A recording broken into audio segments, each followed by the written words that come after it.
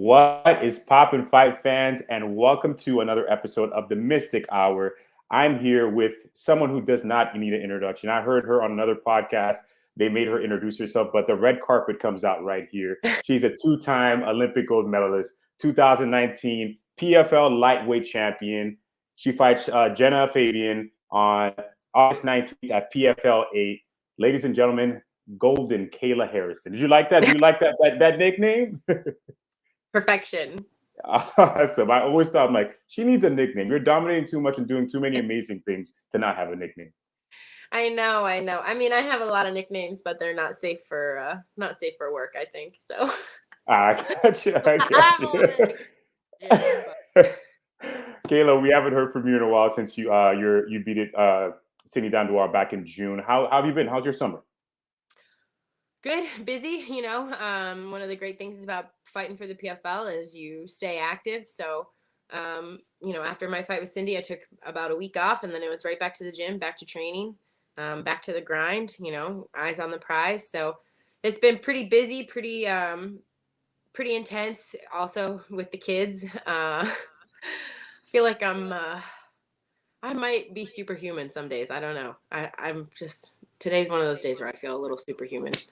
Yeah, and you have the kids now. What's the biggest thing they've taught you now being a mother? To be honest with you, it's been definitely the most challenging um year of my life, year and a half now, but also the most rewarding. I can't imagine my life without them, and I'm truly blessed to be able to call myself a mom now, to two amazing children, and I'm actually in the process of adopting them, so it's going to be official here pretty soon, and I can't wait. We call ourselves the Wolf Pack, and we're going to have a beautiful life. All right, Kayla, right back to it. So you're not originally from South Florida. What's one of your favorite things about living here? I mean, it's so cliche, but the weather. Every day is summer down here. My kids, we're lucky. Every day I'm like, we're going outside, we're gonna play soccer, we're gonna ride our bikes, we're gonna go to the park, we're gonna play baseball. I mean, it's just like not, we're going swimming, we're going to the beach. It's pretty awesome, because you don't get that in every part of the world. So I feel pretty lucky to live down here. Also, I think no state taxes is pretty good. That's very true. Can't forget that. And anything you miss about Massachusetts? What's that? Anything you miss about Massachusetts? Oh, just the people. That was where I kind of made my home away from home. My coaches, the Pedros, really became my family, my judo family. I miss a little bit like Florida's a little more low key, a little slower pace, and I'm a very like, let's go, like I don't want to talk to you about the weather, just give me my friggin' coffee, like kind of person. So I miss that a little bit. But yeah, Florida's home now, and I love it. Yeah, awesome. And you'll be fighting here at the Hard Rock in Hollywood Yeah. against Jenna Fabian. Are you happy that it's not Larissa Pacheco that you're fighting again?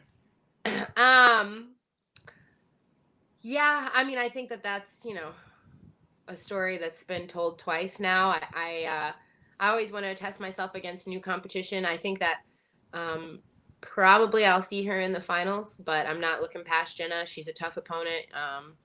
She's really made a ton of improvements, I think, in the last year, and I'm looking forward to fighting her in my backyard on August 19th.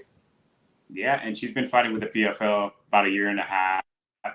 Have you ever looked at her and just like, you know what? I'm probably going to have to fight her one day? Well, actually, we were slated to fight in the semifinals of the 2019 tournament, but she had to pull out. I don't know exactly what happened, injury or sick, something happened. So this is an opponent I've been training for a while. She's been on my radar, and I'm prepared. And if you fight Larissa Pacheco and you win the title, do you feel that'll be unsatisfying because you've done it twice already? When I win the title. Yeah, when? Yeah. Oh. No, God, no. I mean, I'm going to fight whoever's in front of me. I don't care if it's Francis Ngannou, like I'm going to go out there and I'm going to do my absolute best, and I'm going to try and win. And go out there and instill my will. I don't care if it's Larissa. I don't care if it's Taylor. I don't care who the hell it is. They could put King Kong in there, you know. My job is to go out and win fights. Absolutely. And you have amazing champions at your gym, of course. Dustin Poirier, former interim lightweight champion. Adriana Martinez, one championship champion. Amanda Nunes, of course. How does it feel being in a gym like that with all those people around you? This is the dream, you know. That's also probably one of my favorite parts about living in Florida. I mean, That's why I moved here. If you want to be the best, you got to train with the best. And I have to look no further than, you know, my workspace than to find inspiration. You know, I see those guys training hard. I see how amazing they are and how far they've come being at ATT. And I know that it's capable for me as well. And I love my coaches. I think I have the best coaches in the world. I think the gym is the best gym in the world. And I'm excited to represent ATT. Yeah, and speaking of coaches, Mike Brown, who plays a big part in your mixed martial arts career, how can you compare him to when you trained with the Pedros? Of course, that was for something different, but the styles of how they teach you. And how they coach you. It's very different, to be honest with you. The Pedros,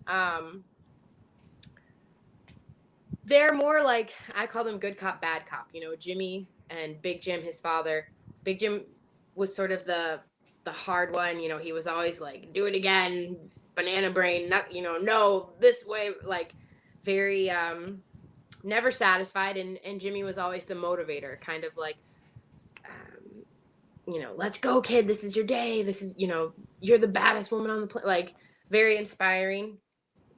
And Mike is a little more subtle. You know, he's not there to motivate you. He's not there to like hold your hand. He's not there to tear you down either. Like he doesn't ever tear you down.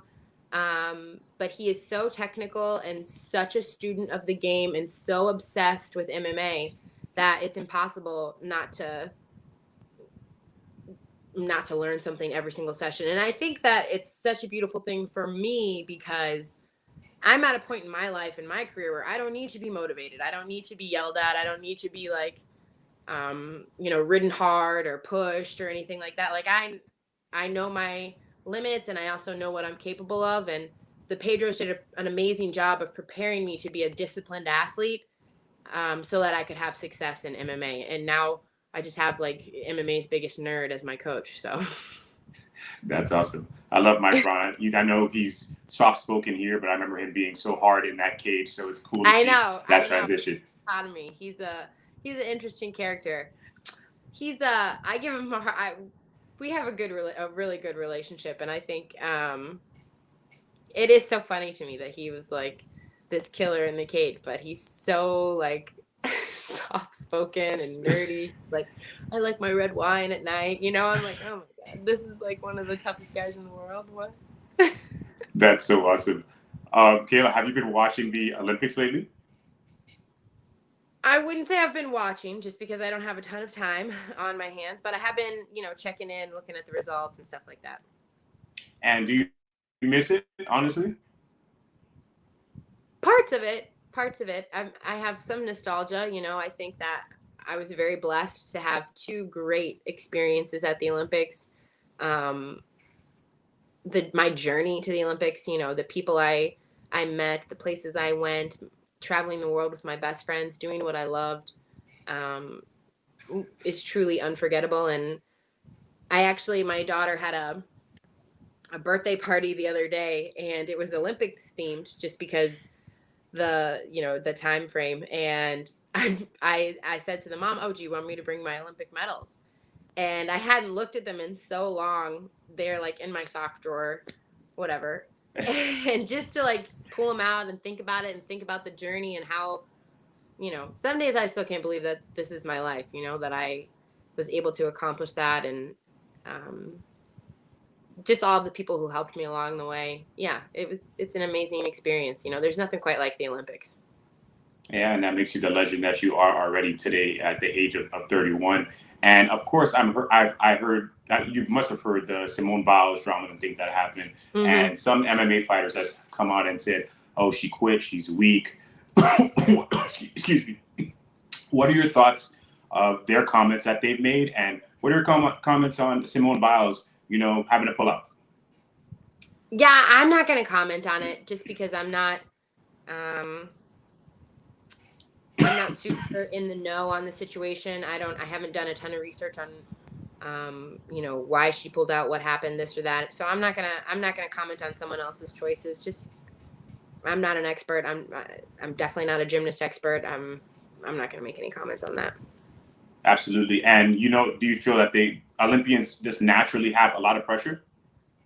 Of course. I mean, you spend your whole life training for one day. Sometimes, sprinters train their whole life training for 10 seconds of one day. So it's a very high pressure situation. The whole world is watching. You've got your country, you're representing them on the highest stage in the world. So of course it's a huge amount of pressure, but I also believe that pressure is a privilege, and it's something that, we would treat with respect and care. And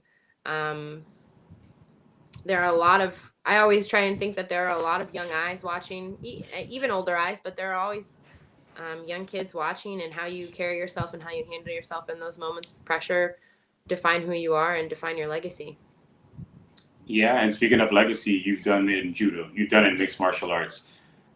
There's a possibility that, maybe you can do something like boxing, let's just say, because, a lot of MMA stars have done boxing, and you clearly can go from one sport to the next. And you've got somebody who fights within your promotion who's a boxer. Yeah. Could that ever happen one day? No, absolutely. No. No.